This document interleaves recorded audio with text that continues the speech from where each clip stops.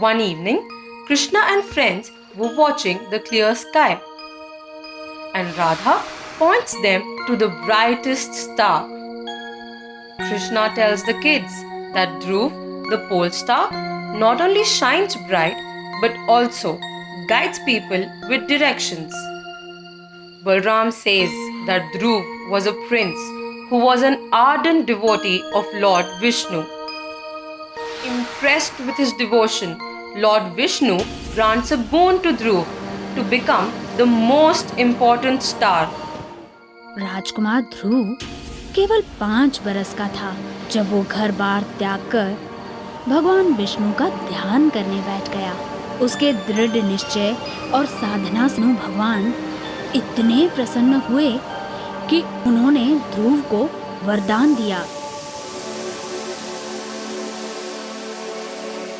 और तारों में श्रेष्ठ स्थान प्रदान किया।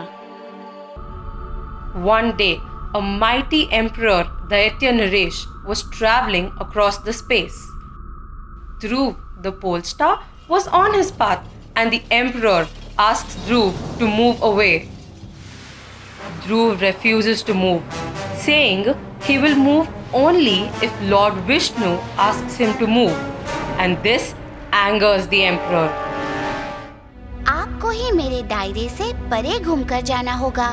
सदियों से यहीं जमा पड़ा है, शायद इसलिए जानता नहीं। दैत्य नरेश के क्रोध से स्वयं देवता भी घबराते हैं। फिर तू तो सिर्फ एक तुच्छ तारा है।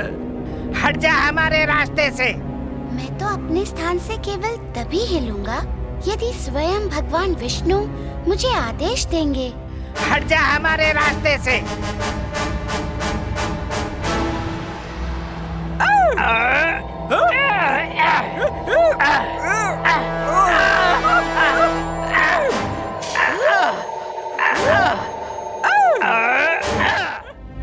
The emperor shoots fire arrows onto Dhruv.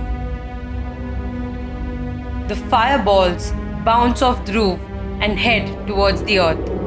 These are seen by Krishna and friends. Krishna and Balram ensure that the fireballs do not land on the village. The emperor continues to assault on Dhruv, who prays to the moon god for help, who takes Krishna and Balram into the sky.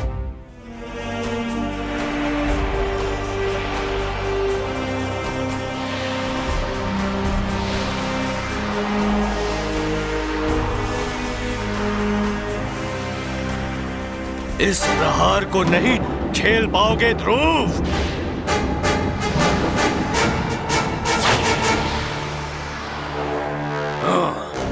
कितनी आश्चर्य की बात है, ध्रुव और चंद्रदेव जो हमारा सामना नहीं कर सकते, वो अब इन 2 बालकों की सहायता लेंगे।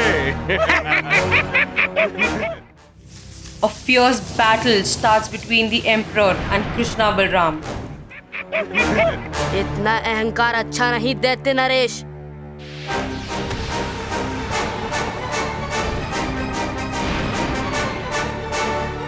कुचल दो इन दोनों को।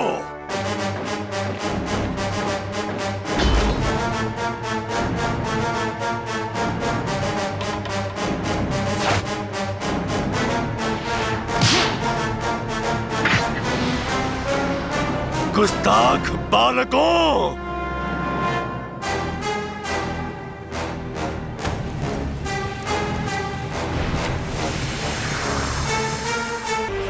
The emperor gets very angry and fires one missile to destroy the earth, and then he too flies away. Krishna decides to chase the emperor and asks Balram to save the earth. Balram successfully destroys the missile, and Krishna destroys the evil emperor. तुम्हें इसका दंड जरूर मिलेगा। अब तुम सब दैत्य नरेश के क्रोध का कहर देखोगे। मैं केवल तुम्हें ही नहीं, तुम्हारे साथ पृथ्वी पर रहने वाले तुम्हारे प्रियजनों और जनजीवन को भी नष्ट कर दूंगा। जाओ, बचा सकते हो तो बचा लो अपने पृथ्वी लोक को। दुष्ट दैत्य भागता कहाँ है? पृथ्वी संकट में है बलदाऊ। ये जलती चट्टान अगर पृथ्वी से टकरा गई तो वहाँ का जनजीवन नष्ट हो जाएगा। मैं जाकर उन्हें रोकता हूँ। वो दुष्ट भी आज नहीं भाग पाएगा।